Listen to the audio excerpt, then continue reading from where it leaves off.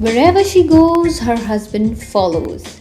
Yep, I'm not talking about anybody else but Sunny Leone and Daniel Webber. The cute pair was spotted at a music event where this diva not just spotted and dazzled her sequins dress but also danced on the music that belonged to her movie. Her sexy pout and dance moves made all the shutterbugs go crazy. No doubt, the showstopper was none other than she herself. For more updates, stay tuned to cineMArkets.